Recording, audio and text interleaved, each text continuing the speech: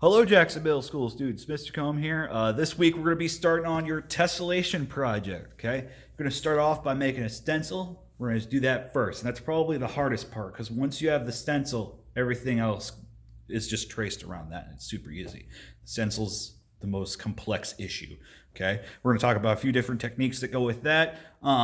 Let's get started. Okay, so we're going to talk about three basic techniques for your tessellation stencil. First off, I need tape. You need tape and some kind of thick cardstock or paper, just something that's got some, it's kind of rigid, okay? Cereal box cardboard would probably be pretty good at this. But the first thing you want is you want a perfect square, okay? So you want it to be roughly 3 inches. So let's see, this is just over 3.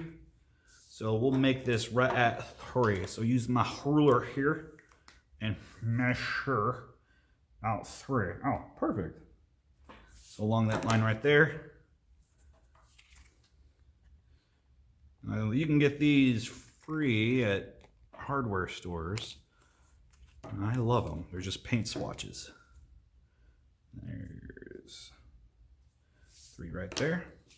So you just want to start off with a little square. There we go. Now, get rid of that, get rid of that. So, we need to turn this into a stencil, okay? And the idea is that we want to make a shape that fits into the next shape that fits into the next shape, like a puzzle, okay? Let me pull out an example over here. Blast from the past. So here's an example of a finished middle schooler tessellation project here at Jackson. You can see how it kind of looks like a fish that locks into the next fish, locks into the next fish. The top and bottom, the left and the right, all locks into the same shape, okay? This one's kind of complex, and that's what makes it awesome, okay? The vertical lines really jazz it up. She did a really good job. Let me find you this one. This is my example. That's kind of in progress. But you can see how we started off with just this shape that locks into every other shape. Okay, and I kind of turned it into like a squid thing, and this is a pig wearing a cape. Don't know what I was trying to do there, but whatever. It's kind of whatever you can find in your shape. So this is how this works. First thing you want to do is pick a side. We're going to just start with this side, and we're going to do the basic translation, the first type of technique. So we're just going to cut like a wiggly line here. I have no goal, but we start at that corner and then we want to end at the same corner, on the corner on the same side, okay, like that. You can't just kind of cut here and then end up on this side. It won't work like that. You got to start on this side and end on this side. So this piece, we're now going to slide or translate over to here, okay? Like that. And then what you do is you just tape it on there.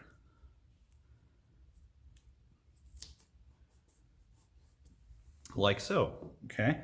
Now, if we were to trace this, which I got a pencil, let's go ahead and try that. If we are to trace this, if we've done it correctly, our design should lock into the left and the right of itself. I'll show you what I mean by that. So trace, trace, trace, trace, trace, trace, trace, trace.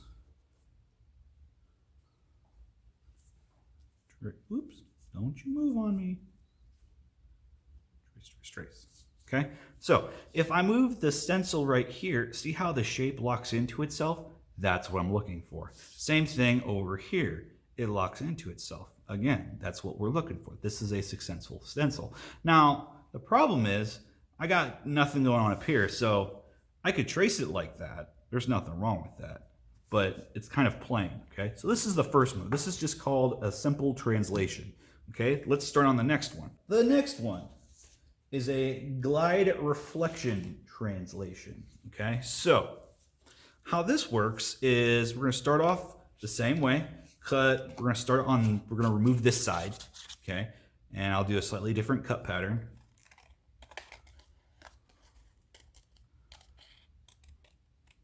and on that side. Now, what we're going to do on this one is we're going to slide it over and also flip it.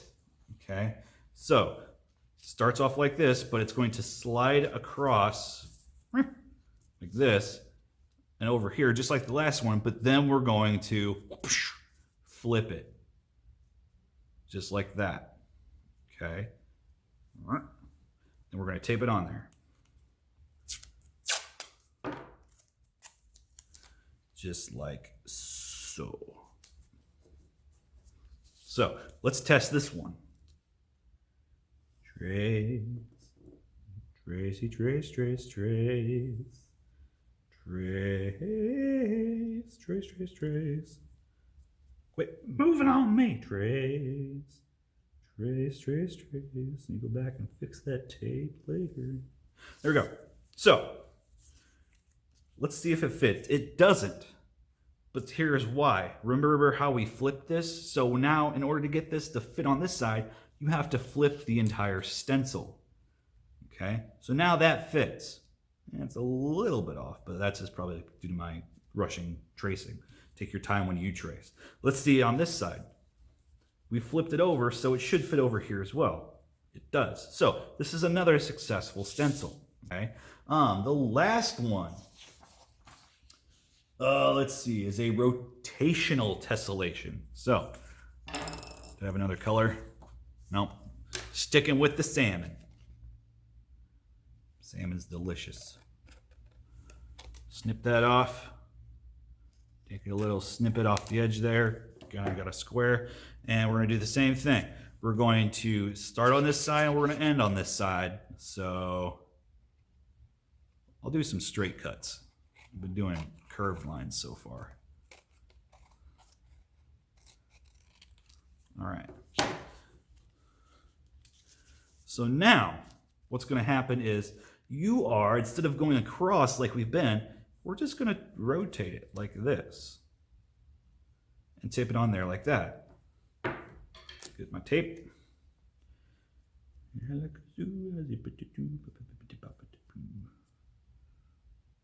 Like that. Fold that over. So let's test this one now. So if I trace this, woo, woo, woo, woo, woo, woo, woo, woo, woo, woo. Ah.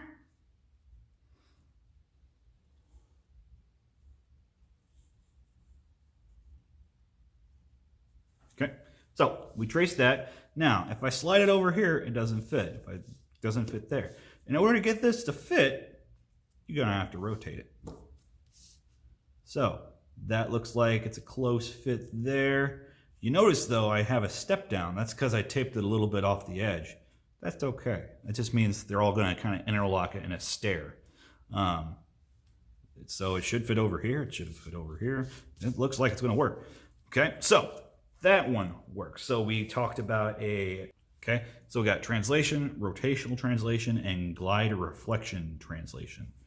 Okay, so this one, it just slides over. It translates or moves. Okay, this one, glide reflection. So it glides over and then it's got to flip. It's got to reflect itself. Okay, and then this one rotates. So you got to, in order to get it to fit. Moving on.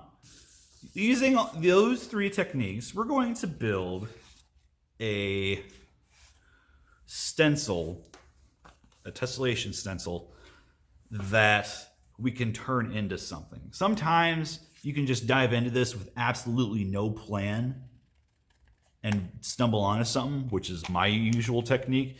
You can maybe come up with a plan and have success at it, but my way of doing it is just keep trying until you get something cool. So I'm just going to start off with this. So I'm going to start on this corner. And usually it looks a lot better when you take deep gouges out of it. So let's cut that. And I'm going to do a slide reflection translation. Where's my tape? There we go. So we slid it over and then we flipped it. I'm going to tape that on really good. Now, that's the first step. The next one, we're going to do the same thing, only on this edge. Make it super ultra gangster awesome.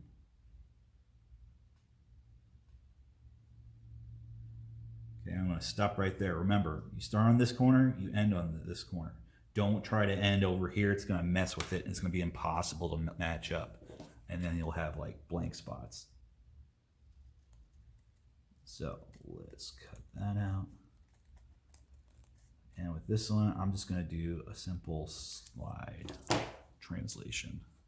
I'm not going to flip it or anything crazy, just stick it back on there. So this is going to slide across over Nyan and hook back up.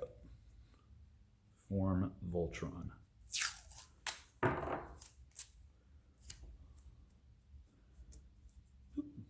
And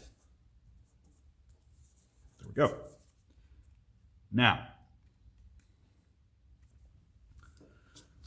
what did I just make? I have no idea. So first off, let's make sure this is going to work. I'm going to just start here in the middle and trace this bad boy out. There. Okay. So now I should be able to hook this up down here. I'm just going to trace it again. And we're going to try on all four sides. And if we can get it to hook up on all four sides, this means this is a successful stencil.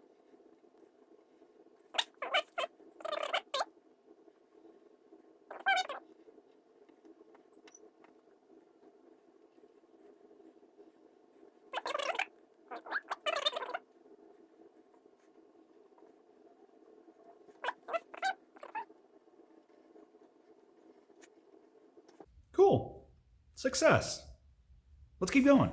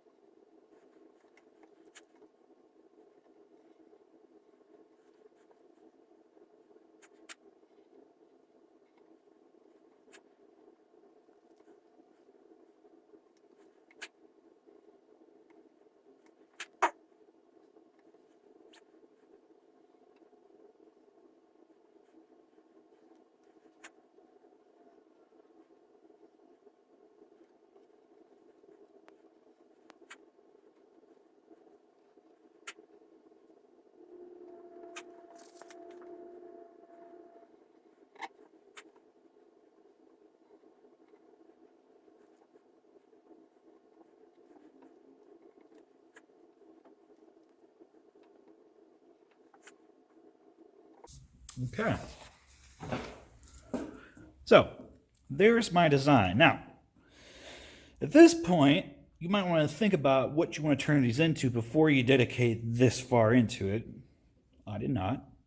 So now I need to figure out what I want to turn these into. I kind of see a bird, maybe two kinds of birds.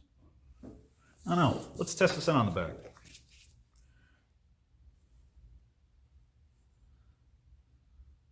Almost like a hummingbird.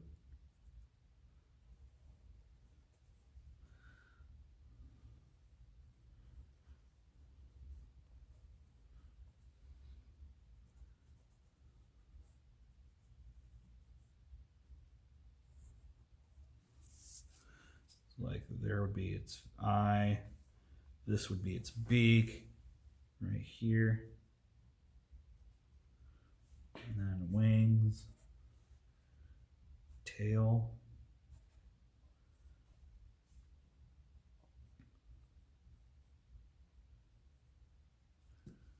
it's kind of like what Eschner always did. He was always doing birds, tessellations and stuff.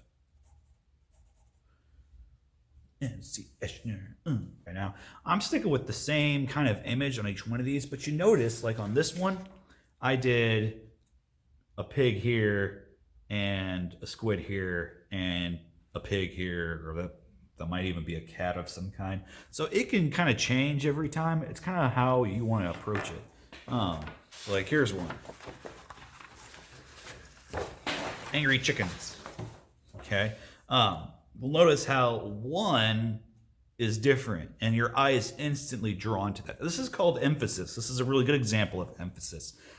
And you can choose to do this if you want. Patterns like red, red, orange, orange, red, red. And then there's this blue one that looks stressed out. Fish sticker. Hashtag piranha poultry.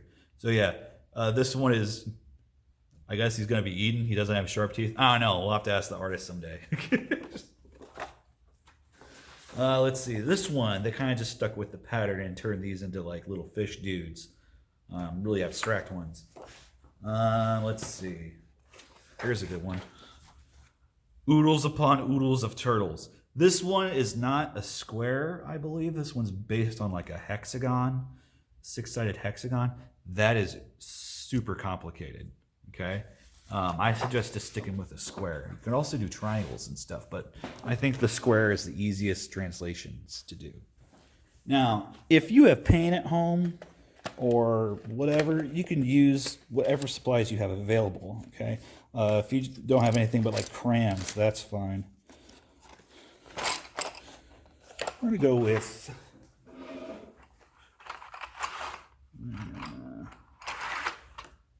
these kinds of colors, I think. Blues and greens and teals. My grandma Combe liked hummingbirds. So I think we'll stick with that. Maybe throw a salmon in there for some contrast. We'll see how this goes. And again, you don't have to color each one of these the same way. Each one of these can be colored differently. It's kind of how you want to approach it. So I'm just going to color in one.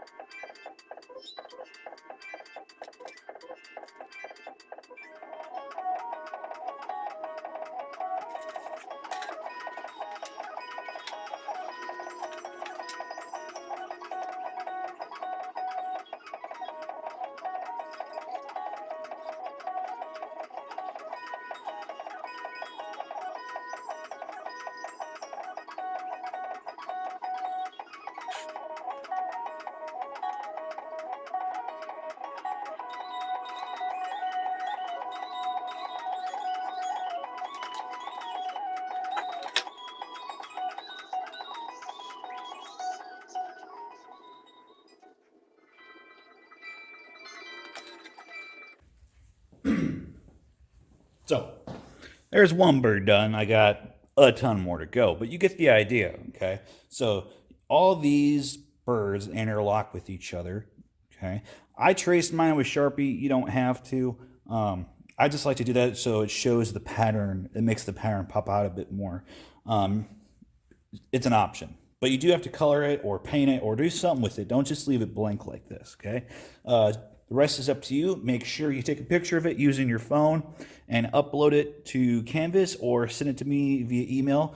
That should be on my website, ncomb@jerry2mail.org.